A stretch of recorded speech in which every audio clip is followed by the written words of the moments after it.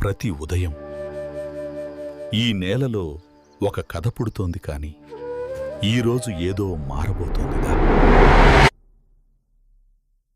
ఎంత కష్టపడినా లాభం కనిపించడం లేదు. ఇలా ఇంకా ఎంతకాలం? అప్పులు, నష్టాలు, కన్నీళ్లు.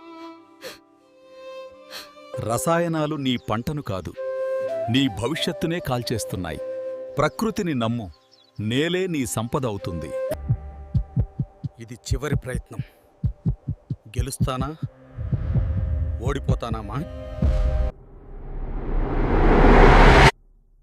జీవామృతం, గోమయం, ప్రకృతి ఎరువులు, ప్రతి చుక్కలో ఆశ ఉంది.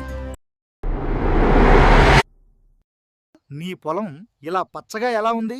ప్రకృతిని నమ్మాను, అదే నన్ను కాపాడింది. అప్పుల రైతు ఇప్పుడు అందరికీ ఆదర్శం.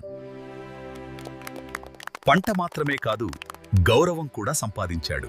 ప్రకృతిని నమ్మిన రైతన్న ఎప్పుడూ ఓడిపోడు.